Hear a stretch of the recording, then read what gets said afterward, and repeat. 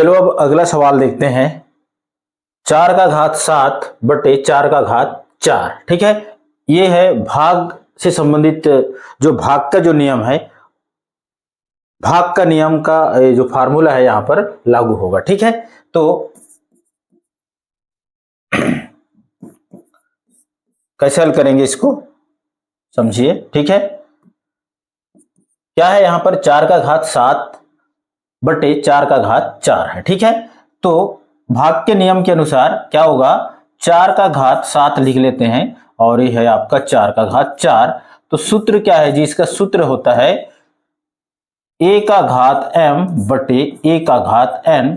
इसके बराबर क्या होता है, इसके बराबर होता है a का घात m माइनस n। ठीक है, ये फार्मूला है। इस फार्मूला से सवाल को हल करते हैं। 4 का घात 7, ठीक है, आधार दोनों का सेम है, a है। ठीक है, ऋण 4 हो जाएगा। ठीक है, तो इसका आंसर क्या हो जाएगा, 4 का घात 7 में 4 घटा दीजिए, 3 बचेगा। ठीक है, इसका मतलब ये होगा कि 4 का कितने बार गुणा, 3 बार गुणा, बार बोले। ठीक है, 4 का घात 3। कई लोग यहां पर मिस्टेक करते हैं, 4 जैसे कि 4 गुणित 3 लिख देते हैं। ठीक है, ये क्या है, कई बार मतलब जानते हुए भी गलतियां करते हैं, और कई लोग जो है ना इस चीज को समझ ही नहीं पाते हैं कि 4 का घात, घात का मतलब क्या होता है। सीधा 4 का गुणित 4 का घात 3 का मतलब 4 गुणित 3 ये नहीं होता है। ठीक है, 4 का 3 बार गुणा। ठीक है, ओके। तो अब इसको हम क्या करते हैं, 4 का 3 बार गुणा कर देते हैं, ये हो जाएगा 4 गुणित 4। ठीक है, 4 का 3 बार गुणा कर दो, 4 चौक 16, 16 चौक 64। ठीक है, तो इसका आंसर क्या हो जाएगा, 64 इसका क्या होगा, आंसर होगा। ठीक है, इस तरह से सवाल को क्या करना है, आपको बनाना है। ठीक है, ये है आपका। अगला सवाल देखते हैं। अगला सवाल है आपका 4 का घात 4 गुणित 16 का घात ऋण 2 गुणित 4 का घात 0। ठीक है, अगला सवाल है आपका 4 का घात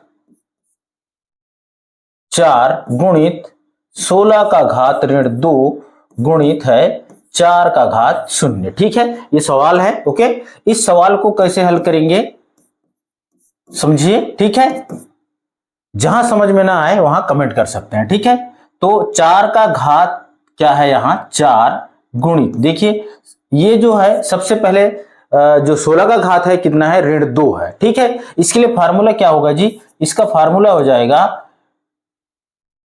a का घात माइनस m। ठीक है, इक्वल टू हो जाता है a का घात प्लस m, 1/a का घात प्लस m। ठीक है, ये फार्मूला है। इस फार्मूला के हिसाब से हो जाएगा 1/16 का घात 2 गुणित 4 का घात 0। ठीक है, तो आगे और हल करते हैं। तो ये हो जाएगा, देखो ये 4 का घात 4, चाहे तो हम इस 1 के साथ गुणा कर देते हैं, तो सीधा सीधा हो जाएगा 4 का घात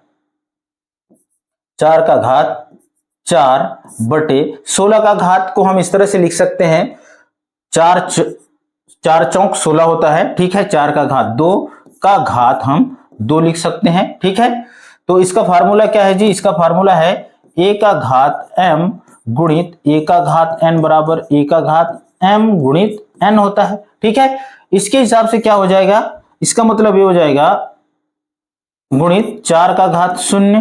ठीक है, हम चाहे तो यहां सीधा सीधा 1 लिख सकते हैं। ठीक है, रहने दीजिए, बाद में लिखेंगे। तो 4 का घात 4 बटे ये हो जाएगा 4 का घात 2 गुणित 2, 2 गुणित 2, तो ये हो जाएगा 4 का घात 4। ठीक है, गुणित 4 का घात 0। अब देखिए यहां पर 4 का घात 4 है, 4 का घात 4 है। ठीक है, ये दोनों एक्चुअली में सीधा सीधा कट जाएगा। ठीक है, सॉरी कटेगा नहीं, यहां पर क्या होगा,